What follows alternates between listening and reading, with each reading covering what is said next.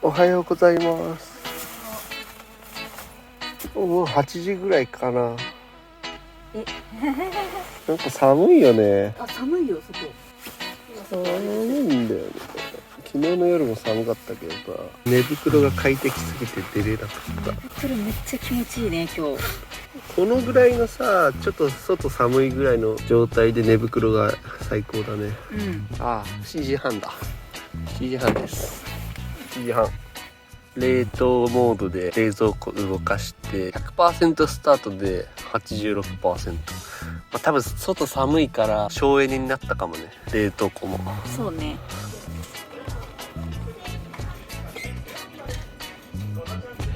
今次のスポットの方に移動してます。ちょっとね、次しよう。もう朝まずめとっくに終わっていく時間だけど、寒いけどね。寒いんだもん。栗田って書いて汲んだって読むらしい。今から行く場所。汲んだ漁港。そう、昨日さ、その漁港らへんですごい美味しそうなお酢屋さんを見つけたからさ、ね、そこも行きたい。まだ今8時だから空いてなさそうだけど、この後はね、福井の方行こうかなって思ってるけど、帰りがてらね、今のとこね。で、明日福井から一気に帰る。一気に雰囲気が出てきたぞ。近いよ。海がちらっと穏やか。本当だね。こういう入り組んだ湾大好き。狭い。西は行けるか。狭この道何ですか？大回りしたら曲がれた。狭いね。あの堤防だ。あれか。風はなんかなさそう。風はない。この湾穏やかすぎてね、この堤防ね、下が空洞になってるらしい。あ、そうなの？だから堤防の外側も内側も潮の流れがある。同じように。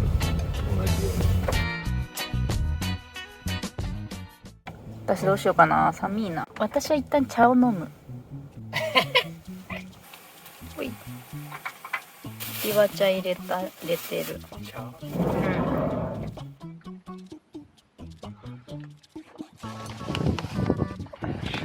寒っ、今日冬だ、一気に。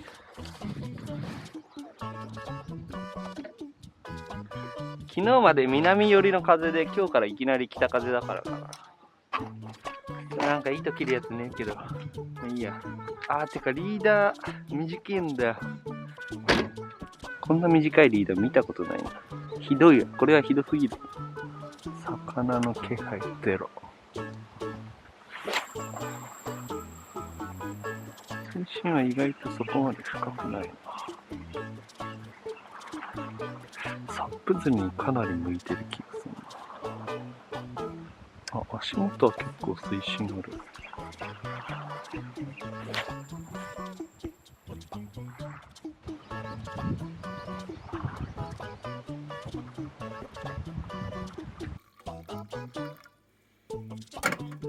いただきます。うまい。また釣れなかったぜ。まあしゃあない。ノーヒット坊主だぜ。ワイルドだろう、ノーヒット坊主。いや、だから朝ごはん兼ちょっとした昼ごはんみたいな感じかな。ブランチだぜ。なんかそれ熟成されたあずい。これがラストです。ちょっと晴れてきた。うまくね。うまい。一番うまい説。ほんとこれ釣れてよかったわ。唯一の釣果だし。まだ旅は終わってないよ。駐車場ない。駐車場多分ないんだよね。しかもめちゃくちゃ道も狭そうやし、ここからね、止めて歩いていった方がいいと思う。運動しないといけないからね。血糖値下げるために。達夫が健康に目覚めた。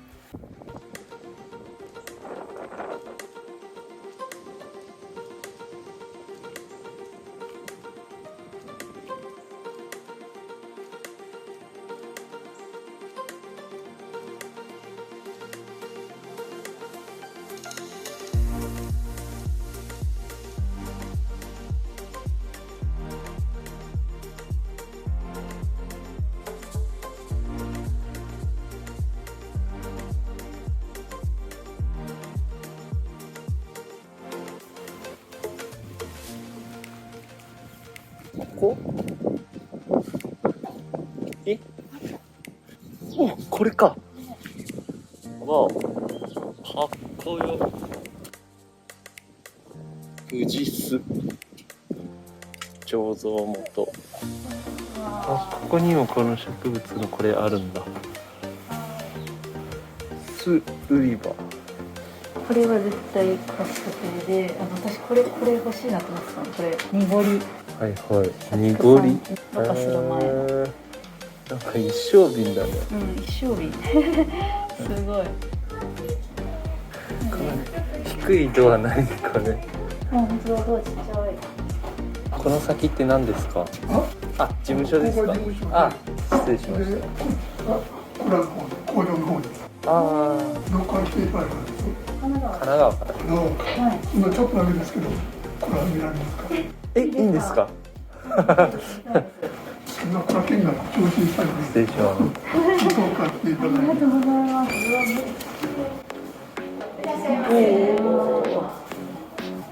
陸海軍御用達。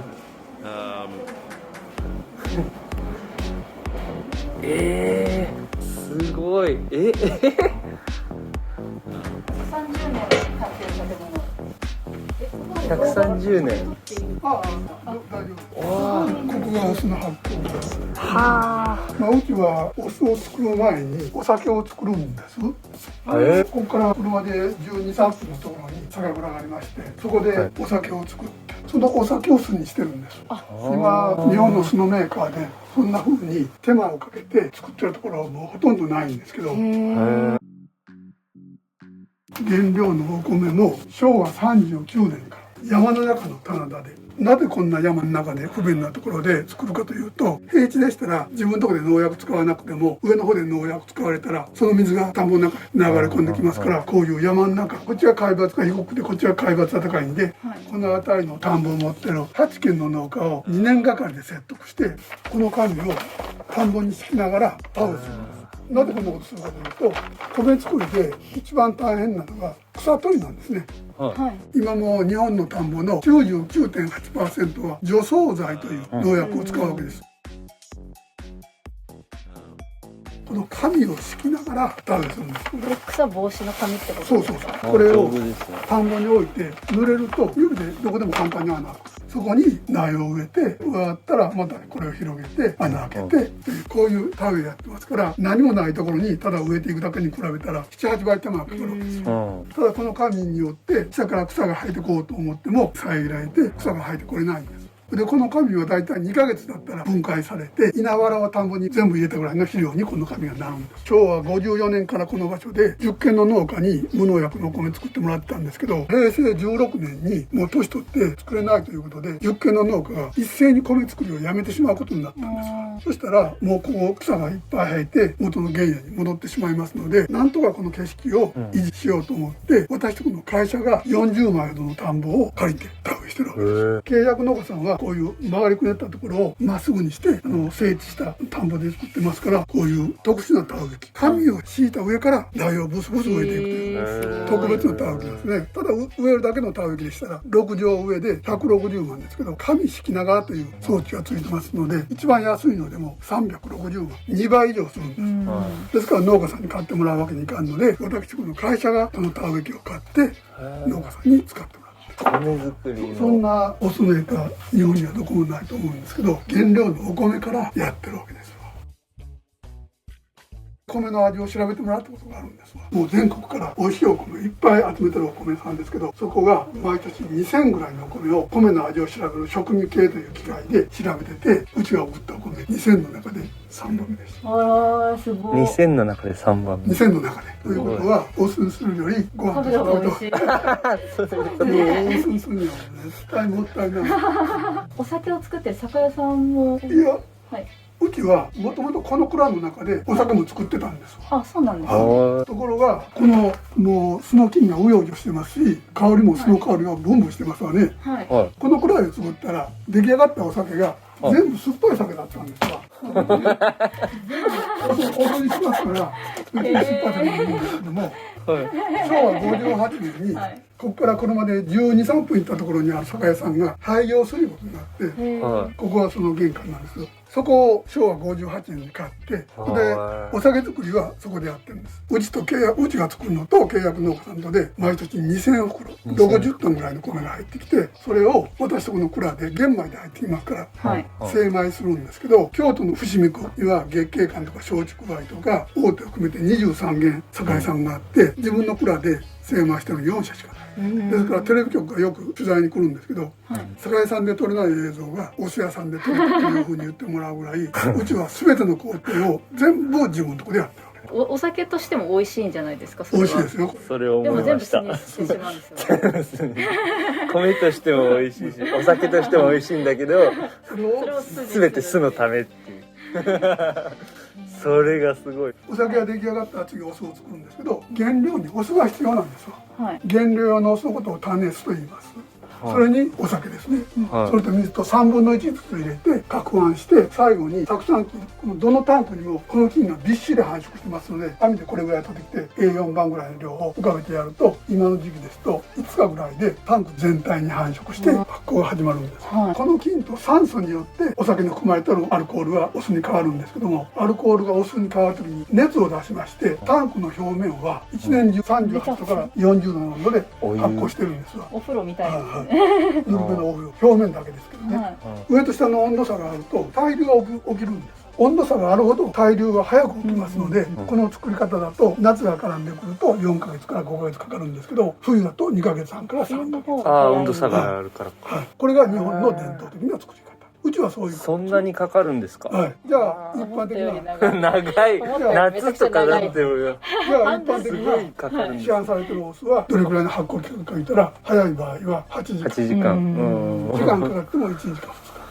次に使うお米の量 40g 使ったら米酢という名前をつけてもよろしい。これが1リットルの1リットル作るのに、うちはそれを 200g、こちらの方のお酢は 200g、 5倍。こっちはプレミアムは 320g。 おそれだけ8倍量がこんだけ違うわけです。で一般的な米というのは、原料のお米がくず米とか割ったお米とか、国がお米を備蓄してますわね、何かあった時用に、それが4年経ったらもうご飯として食べられなくなるんだそうです、それを酒屋さんとかお酢屋とかお米を原料に使うところに売るんですけど、お酢のメーカーはそんな新米からお酢を作るところはほとんどありません、うちは無農薬の新米だけです。もっと奥も。でこれが絞り分にまして、米から作るお酒の場合は使ってませんけども、それ以外のお酒はここで酒と酒の粕に分けるのにこの道具を使うわけです。これ現役ので芋から作る場合、こういう芋をきれいに洗って、両端に線が多いんで両端を切って蒸して蒸し上がったら粉々にしまして、これが芋から作ったお酒、ドロドロの状態のお酒になるわけです。それをここで絞るんです。芋の酒を絞るときにこれを使うってことですか。昔はみんなこういうのにやった。お肉からできたお酢って初めて聞いたかもしれないです、あまり出てない。前黒酢が体にいいことだったでしょ、この今九州でたくさん作られてますんで、九州のお酢屋さんが作って、それを農水省の九州農業試験場を分析したら、動脈硬化とかがんとか動脈の原因が活性酸素なんですけど、その活性酸素の働きを抑える力が黒酢の 6.4 倍もある。大きく新聞に出たんですよ。それでそんな体に良いのがいいことで、うちもその芋を仕入れてこういうふうにして、でお酢にしてその分析をした農水省の九州農業試験場を送ったら、新聞出たののさらに 6.3 倍6.4 かける 6.3 ですから40倍。黒酢に比べたらそれが臨床試験にもやったんですよ。実際にそれを飲み続けたらどうなるかいうのを、お金がないんで11人の人に4週間飲み続けてもらうようにやったら、コレステロールでも善玉と悪玉ありますね。善玉は 34% 増えて、悪玉が 20% が減った。それ欲しいです。僕 LDL コレステロールがちょっと高いんですよ。建物がすごい。紅芋酢。これがそうで、臨床試験11人の方にお酢を飲んでもらった。そしたら飲む前が善玉コレステロール55だったのが4週間後には74、11人の平均です。悪玉コレステロールは140は110。これやっぱ気にしてるや LDL って悪玉のことだったんですね。これ気にしてるやこれがつでしょちょっと気になってる。早くこれをこれがこの持ってってこれの赤い色のアントシアニンいうのは体にいいんで、この赤い色赤ワインとかのポリフェノールとかの一番最初作った時にアントシアニンの量が 199.9 だったんです。九州の3つの会社が同じように芋から作ってたんですよ。それを買ってきて分析に出したら A 社 6.9、B 社 73.4、C 社 1.8、まあ、B 社はともかく A 社と C 社本当にあの芋を使って作ってるんかないうぐらいアントシアニンの量が少なかった。それから1年9ヶ月経ってめっちゃ増えてる。芋の種類と芋の量を変えたんです。1リットルを作るのに米は 40g だったでしょ。これはうちは 200g。はで芋も 80g 以上使いなさい。はいでこの時は倍の 160g の芋を使ってた。これは 440g、5.5 倍の芋を使ってるわけです。ですからここまで来ました。でこの時に新聞出たやつ黒酢の40倍だったわけです。この時このに時にそれからまた200としても 3.5 倍に増えてるわけです。ということは単純計算したら黒酢の140倍達成産地抗酸化力がある。俺の中では決まってる。おいしんぼ。おいしんぼですか。もしかしておいしいもん出てる。嘘。出てる。すげえ。これすごすぎる。第2話に18年前ぐらいに梶谷哲さんが来てくれたんですよ。あ、そうなんですね。で、これやばいよ。おいしいもん。それ何巻ですか。66巻。 66巻第2話。第2話。で副部長がよその黒酢を売ってたらこれがいい加減なお酢だったいうんで怒られて日本人が信じられなくなったいうんで山岡が本当の真心を見せてあげるんで京都から山陰線に乗って本当の真心を見せてあげるのさ。真心を。ああ、ここのお店やつここだだ。外観だ。 17、8年前の私ですわ。おお、あ、いいよさんが。すごい。で酒蔵やら発酵のところ見てもらってで棚田も見てもらってで棚田も見たんですね。米作ってるところも見てもらってそれで飯尾さんの感想はって聞いたらこういう人がいる限り私は日本という国を日本人を信じられるよというすごいいい話。すごいそういうなんかもう取材に基づいてるんですよ、この漫画は。ね、おいしんぼの裏側を見る。じゃあもし買っていただくんでしたら、ここから持っていってもらってそのカウンターのところに持ってきていただいたらあ、はい。これをやったー。ありがとうございましたー。やばいね。めっちゃすごかった。こだわりが。健康万歳。酢にするために作ってるお酒を飲ませてほしい。それして気になった。米と酒な。あそこのご主人のお肌がすごいツヤツヤでお酢の効果かなって思った。うん、俺も思った。うん。超絶男前だった。ダンディーだったね。そこまで酢にも興味持ったことなかったけど、ね、もうすげえなって思った。私は酢は結構好きだから。みこ好きだよね。いつもサラダにかけてるもんね。ちょっとまた移動です。福井の方へ向けて。綺麗。めっちゃ綺麗。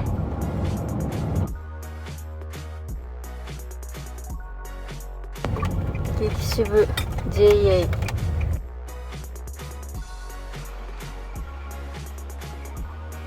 石窯焼きカレーパン。これカレーパン。美味しそうじゃねこれ。くるみパン食べたい。くるみいいね。いちごいいね。水菜。食べよう。美味しそうじゃね。あ、うまそう。俺やっぱ白菜がいいな。これキムチ。キムチはいいね。可愛い。ちょっと前に買った丸ごといちご。細長い系。うん。うまい。止まらない。うめえうめえうめえ。自分で詰めるタイプね。そう、セルフ丸ごといちご。うめえ。もう福井県に入ってます。いいですよ。おー、ビーチ。あ、サーファーいる。え、マジ？あ、本当いる。ここサーフスポット。え、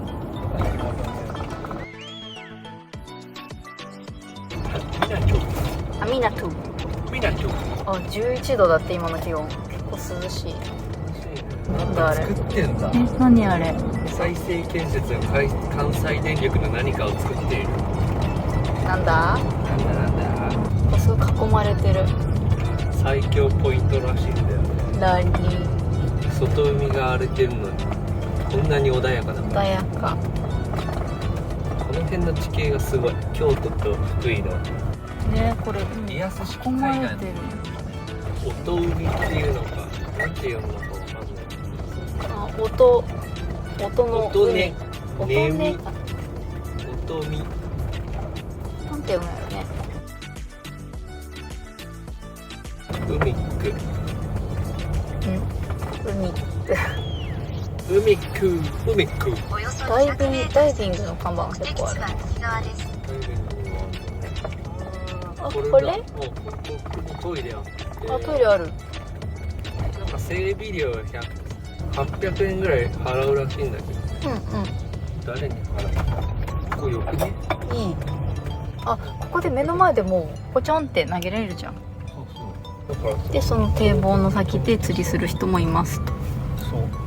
先端は人埋まってるね。結構いる。超絶完璧なトイレが目の前にあってゴミ箱もついてる。料金も払う。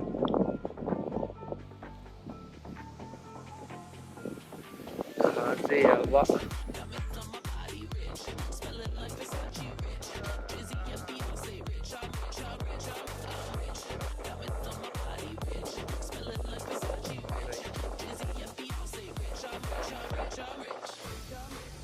パラパラ釣れてるらしい。も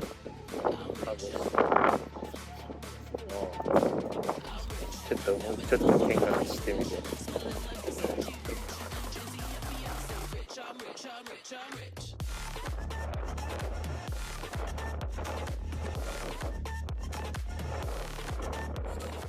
サゴシちゃん釣れてんの見えたんだけど、ちょっと今は風が強すぎるのと先端が埋まっててやりづらい。今はさ、まずお風呂かな。そうなんだよ。かな。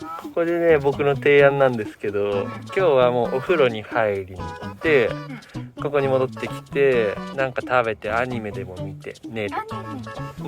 今日はもう何もしないで、明日の朝も夜明け前から攻める。あ、もう明日に全振りして。明日に全振りする。風が強いの今、ほら車揺れてるでしょ。明日全振りしてっていう時大体起きれないの。ちょっと明日は本気で起きる。一旦お風呂だよねこれね。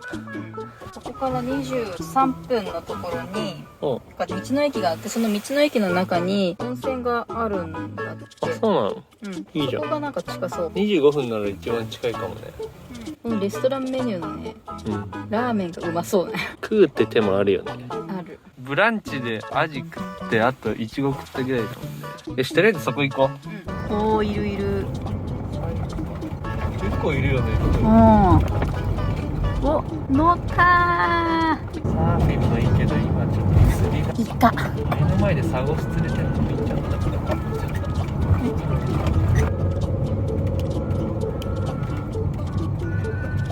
先にラーメンを食べるおやつでね。ラーメンをね。ラーメンを先に食べることで、ラーメンの夕食の感覚を開けられる。ゆっぷり。ゆっくり。ラーメンはおやつですということで。ゆっぽ。赤ふんぼうやつが。あ、赤ふんぼうや。さっきから結構見た。ここに入ってきた瞬間、ラーメンのめっちゃいい匂い。匂いした。うまそう。いただきます。うまい。最高、完璧。ピリ辛。麺がちょっとくるよね。最高のおやつです。これ美味しい美味しい。健康に目覚めつつあるところで恐縮だけど。大人700円2枚。あ、押せたかな。あ、押せてる。気持ちよかった。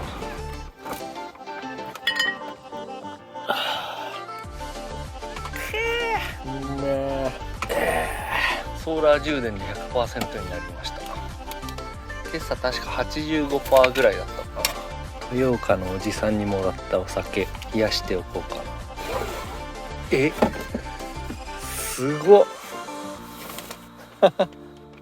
すげえ、何これちょっと待って。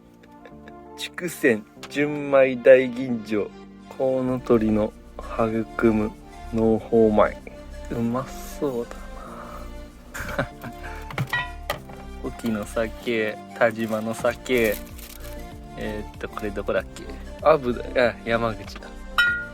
はあ、お風呂気持ちよかったね。気持ちよかっまあ、普通のスーパー銭湯的な感じのやつだけど、なんかすごい広くて、た。おー、開放的。サウナとかもあって露店もあったね。ラーメンも食べたし。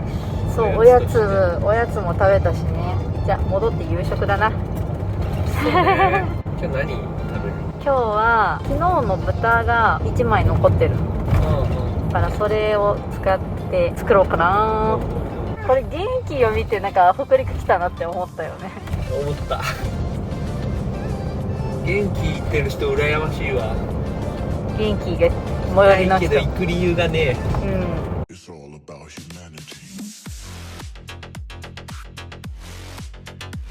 やったー。夕方ちょっと投げてたら来たー。やばい、また釣れた。楽しすぎるしかも貸し切り。今日買った菊芋をね使おうかなと思います。芽を取って、これも今日買った椎茸、かわいいな。うわ、これ菜の花ももうちょっと花咲いちゃってるんで使っちゃいます。さあ、これ昨日買ったようか豚。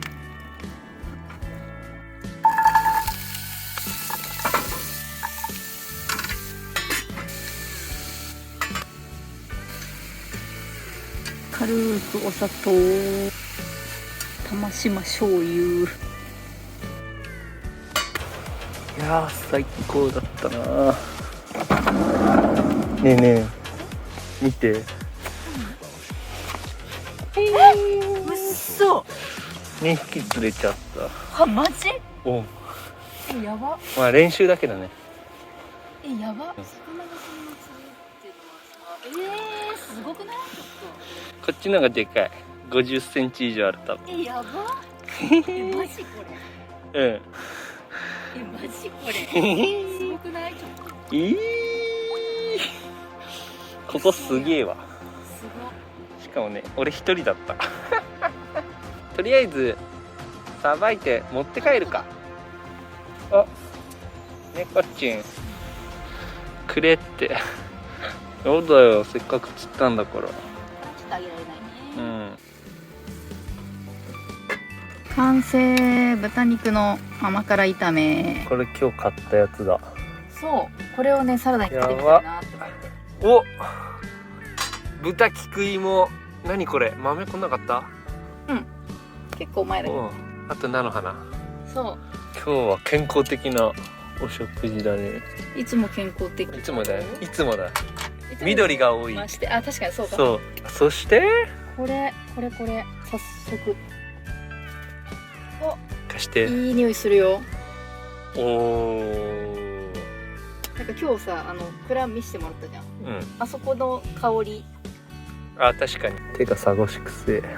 取ってない時に限って釣れんだよな。あ、取ってなかったの？うん、取ってない。そっか、てかさ、ただだってちょっと練習しに行ったっていうの。何回か投げてみようって言ってそう行ったもんね。そしたらなんか3投目ぐらいで釣れてポンポンって2匹釣れて最高の引きだったもん。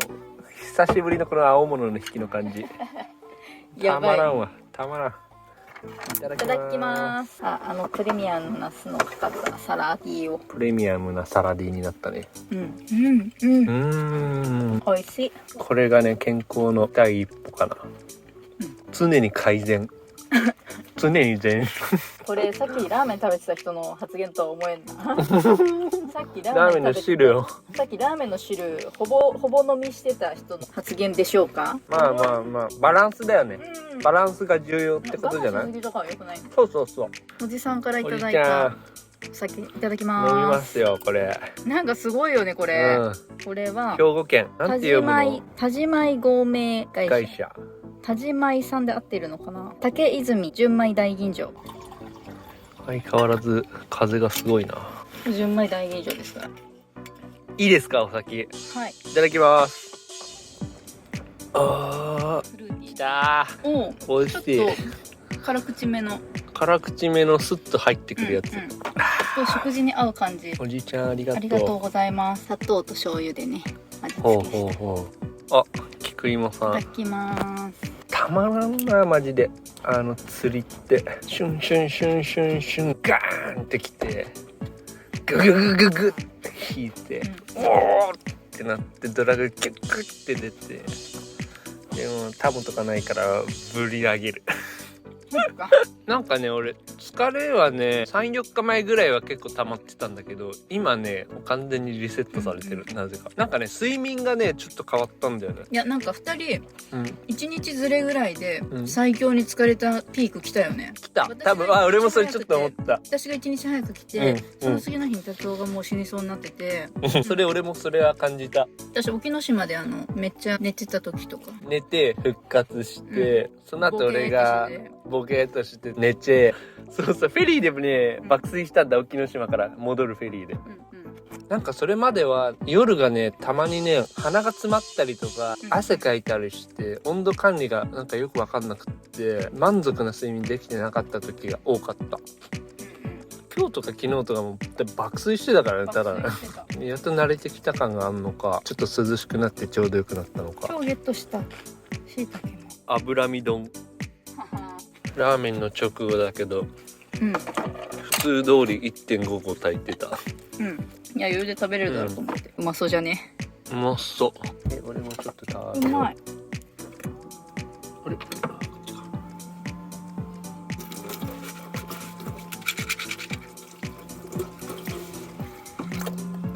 食後のお散歩な。血糖値を下げる。なんか街みたいだけどあれ発電所なんだよ。ちょっと地図見てみよう。あれ原子力発電所や。高浜発電所って原発らしい。目の前や。見たいアニメも溜まってるし、これで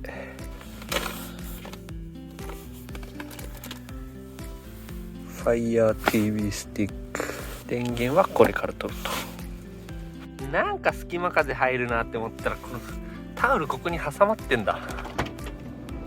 そら隙間開くわ。そしてこの三脚でプロジェクターを支えます。プロジェクターの反対側にこの穴があるから、これではいこれをオンにして OK。 Fire TV スティック自体も電源を USB で挿すと。あ、完璧。うんうん。電気は暗くして、何が新しいの？まあジョジョは普通に見れる。テンスラ出てんじゃない？出てる。テンスラ行こう。テンスラ解き放たれし者。こっちだ。敵の殲滅行動に移る。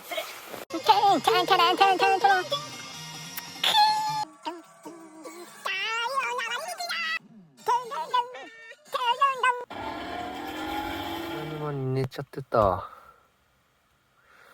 おやすみなさい。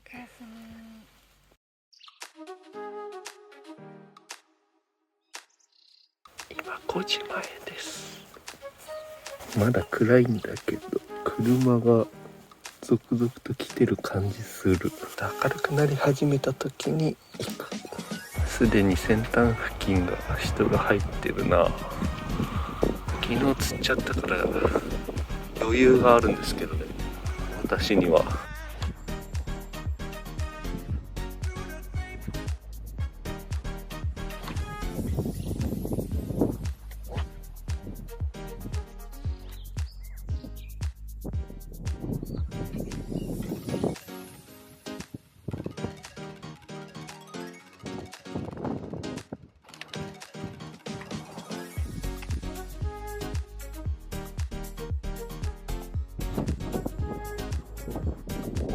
来ました。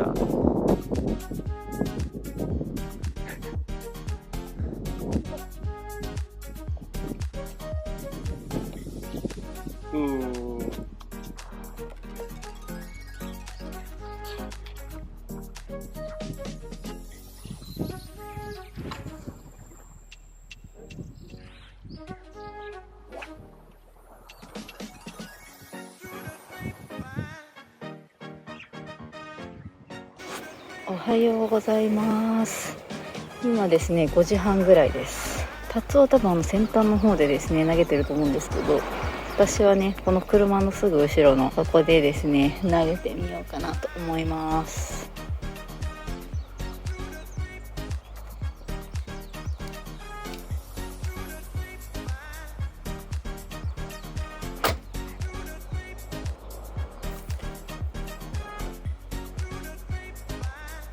ちょっと浅いので堤防の手前の方に行こうかなと思います。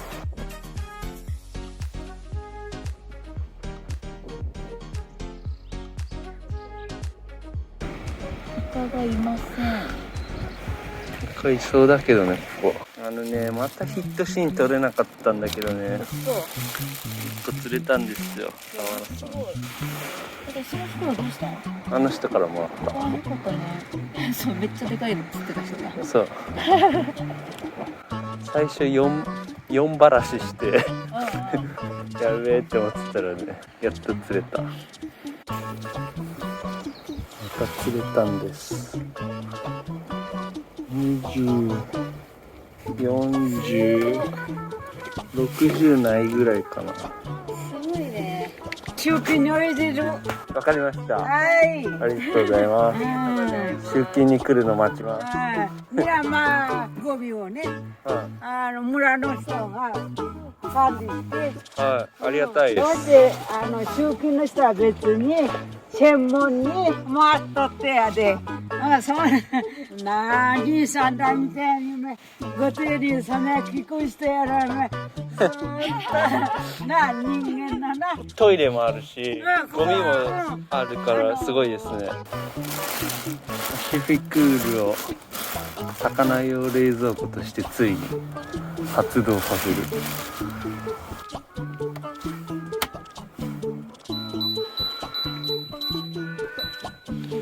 3度ぐらいにしとこう。魚だし。で、コロナの置き場がどうしようかな。コロナって魚臭くなるのよな。寒いんでお茶入れました。寒い。あったまる。番茶。これ。サゴシを冷蔵庫に入れたんで、冷凍してたこれを出した。あ、これ切れてんだ。冷蔵庫で4時間解凍するんだって。おう、ちょうどいいじゃん。昼ぐらいには食べられるようになると。なるほど。サゴシ結構釣れてた。うん。周りの人も。ヒットは全部で5回ぐらいやったのかな。全然ね乗らなくってね。最後の1匹がねかかった。でも最後ね釣れたけんいいって。よかった。私新しいエギ投げたけど釣れなかった。イカ墨跡がないねっていうかね。あ、そうだ、なかったね。あったね。イカはもう西の方が濃かったね。鳥取とかね、まだ早いのかな。多分水温が低いのかな。春夏秋はここもすごいんじゃないイカは。すごそう。ベニイモス。もうこれ持ってるだけで健康だよ。とりあえず2ヶ月ぐらい試す。アントシアニンが大量に含まれている。イエーイ、健康。健康って言いまくりやばい。朝はベニイモス、食後はお散歩。蒸気で曇ってるけど大山卵を。あ、でかいなこの卵。やばくない？ボロボロじゃん。昨日今日ね、全部これで釣ったの。釣れたやつ、後ろの針が1個になった。3本のやつよね、これね。1匹釣れた時に1個減って、もう1匹釣れた時にもう1個減って、こうなったの。この状態で今日1匹釣った。そうなんだ。これもう限界じゃない？これ多分ね、いけると思う。まだ。あ、本当？でもこれでももう1個買おうかな。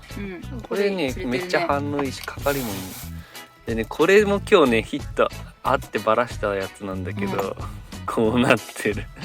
ガジってされたってこと？ガジってされたんだよ。一撃でこれでやばくない？やばい。これでもねヒットあったけど、これは大丈夫そう。あとね、今日は100均事業は使わなかったの？いや使った。これもね、うんちょっとヒットあったの、当たりみたいのは。あ、これ100均のやつだよね。この辺の新しいタイプの。そう、多分この辺のガジが噛まれたんだよな。やっぱりね、俺ねこいつ信用こしてる。れ高いやつだよね。メジャークラフトメーカーもの。昨日結んだリーダーも糸もうん。歯で切れそうになってた。やば。ゴータマシッタールタ。冷えるの待ってる。冷やしてんの。あったかい。あったかいけどずっと持ってるとあっヒーターつけようかちょっと迷っちゃったんだけど、いや、ほんとそんなレベルだよね。まだいっか。綺麗な卵だな。しかし今日の朝ごはんに2つ使って、でお昼ご飯用に2つ使おうと思います。お昼ご飯はね、ラーメンを作ろうと思ってるので、その味玉をね今つけとこうと思うわけ。玉島醤油さんのうま味醤油、これに漬け込んでおこうかなと。これでね漬け込んでおきます。で残りのやつらに関しては卵サンドにします。それで言うと大本命天草とか半端じゃないと思うんですよ。長崎行ったらさ、軍艦島リベンジしたくない？何年も前に一緒に九州行って軍艦島行きたいって言って行ったけど、なんか波が高かったかなんかで行けんかったよね。卵サンドいきまーす。すごい綺麗な色してるよね。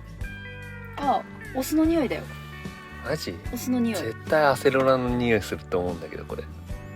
お酢じゃない？お酢だねち。ゃんとお酢だよね。はいはいはい。すごい綺麗な色。綺麗じゃない？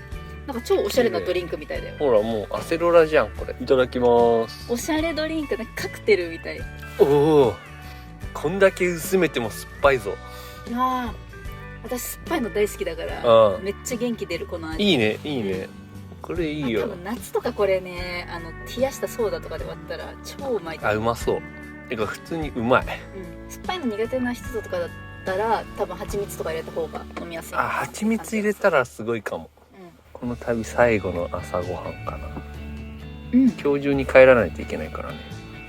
今8時でここ福井県だからで6時間かかるから、ゆっくり帰っても夕方ぐらいに着くんじゃない？うん、徐々に音量を上げる。あ、なしになった。ジョジョだけに。毎朝レディあ、We Love 森王朝って言ってんだ。オ。ななんて言ってんるほど。だろうと思った。お金払えた。うん、よかったよかった。うん。集金の集金に来人てくれ。見当たらんかったけどね。うん。食後のお散歩。トイレまで。サブバッテリーから茅ヶ崎経由で充電していく。サブバッテリーはどうせ走行充電されるから常に満タンでしょ。でそこからここに充電する分にはエンジンへの負担しかないから大丈夫。よし、これで家まで帰れれば終わり。多分その頃には満タンになってると思う。うん、かもね。かなり走るしね。帰りますか。ありがとうございました。ありがとうございました。音波さん、音海さん。結局なんて読むの？結構わかんない。おばあちゃんに聞けばよ。そうだね。あ、そう、昨日ここに猿おった。ここに猿いたんだよ。そう、ここにね猿が座っとった。衝撃だった。この芝生の中に。今日はいない。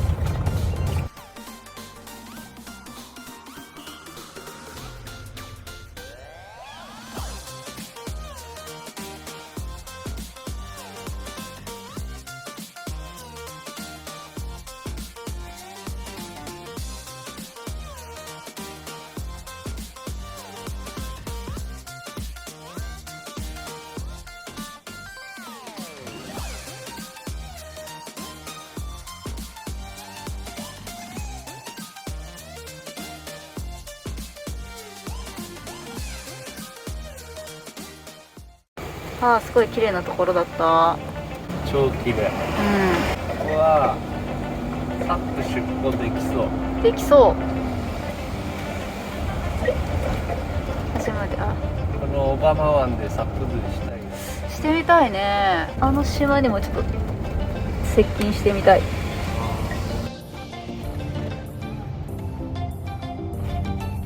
小浜で合ってるよね。鶴が。敦賀もね、ちょっと釣り気になってたけど、帰ります。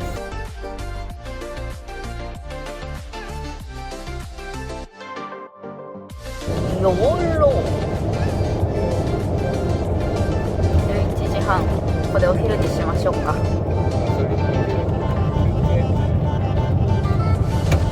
よろあ、100% になった。抜いとこ充電しなくていいや。決して今は飲みませんが、そう、ちなみにこういう状況どんぐらい減でったんだ。こっちやね、こっち。もうこれあと 2,3 倍2,3 倍分ぐらいしか残ってねえわ。美味しかった。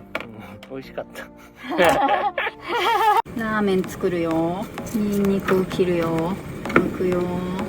1個はクラッシュする用のニンニクとして取っといて、それ以外はね潰して。でネギを白い部分を千切りにして、徳島県でゲットしたこの地鶏の節、地鶏の鰹節と普通の鰹節出し取ろうと思います。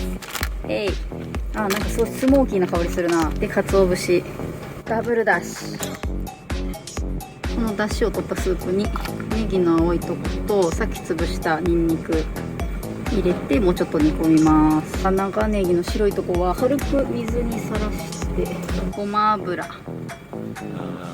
黒胡椒で軽く塩入れて、で水菜を食べやすい大きさにカットしといて、スープはね醤油味にしようと思ってます。軽く塩と胡椒を入れて、玉島醤油、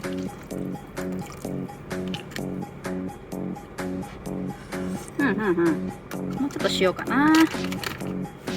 味付き卵どんな感じかな。お染みた。いただいたちくわ、このちくわめっちゃ美味しそうなんよね。イワシちくわ、京都だ。あ、うまい。沖ノ島の南製麺さんでゲットした麺。2分茹でる。ねえねえ、2分さタイマーしてくんない？今入れましたので、自家栽培の夢力っていう小麦粉の全粒粉入りで、あ、そうらしい。で、あと沖ノ島産のもじお、これが入ってる麺です。もじもじを茹で上がりました。味玉をちくわもトッピングしてホット。緑が加わっていただきます。いただきます。あ、うまい。マジ？腕上げたね。あ、腕上げた。このスープの作った水は湧き水なんで、地蔵岳の湧き水なんで。そういえばこの蛇口から湧き水出るんだったわ。ごちそうさまでした。早っ。遅っ。大変美味しい。ちくわも美味しいです。そういえばさ、ミルクの里でオープン日に行ったから記念にね、エクレアちゃんもらったんですよ。おいしい。ごちそうさま。ごちそうさまです。窓の屋2個あるよ。ルンバカフェって何？コーヒールンバだよ。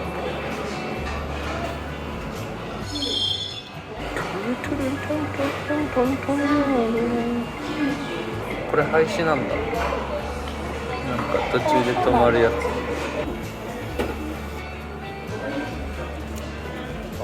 あれ廃止されてないやん。順次か。順次券。超うまい。飲む。運動してる。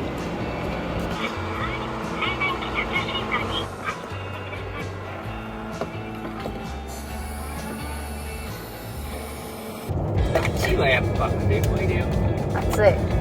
なんか朝すごい寒かったのに今めっちゃ暑い。本当だよね。朝暖房入れてたもん。ゆっくり帰ろう。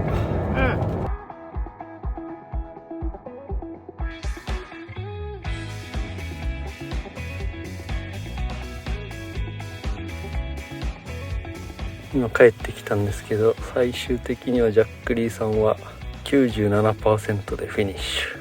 帰り 3% しか使わなかったんだ、冷蔵庫で。多分もともと冷凍モードだったから冷蔵に切り替えてからほとんど電力使わなくて済んだ。これは今日釣れたカサゴちゃん。あ、間違えたわ。でかっ。何センチからが触らってるかわかんないけど、サゴシカサワラか。うんうん多分ね60センチすぐらい。ごい。いや結構でかいよこれ。こんなでかい魚久しぶりに触って。うん。 1年ぶりぐらい。ああちゃんと包丁入ってなんかシャーベットみたいになってないる。シャリシャリなんか音がする気がするよ。これうまそうだな。これ身がすげえ。うん。これはしっかり食べ応えあるよ。なんか変な切り方してない？違う？なんかね久しぶりすぎてまだ調子が出ませなんかんね。予想外のところが切れてたのうで、後で醤油かけて食ってみよ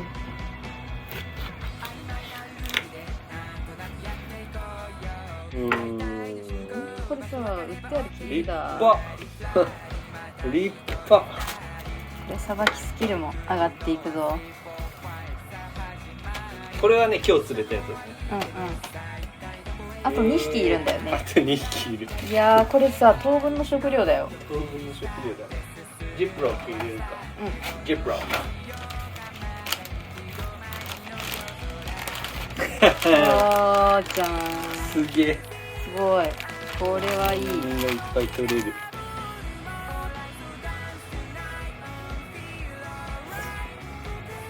うまっ。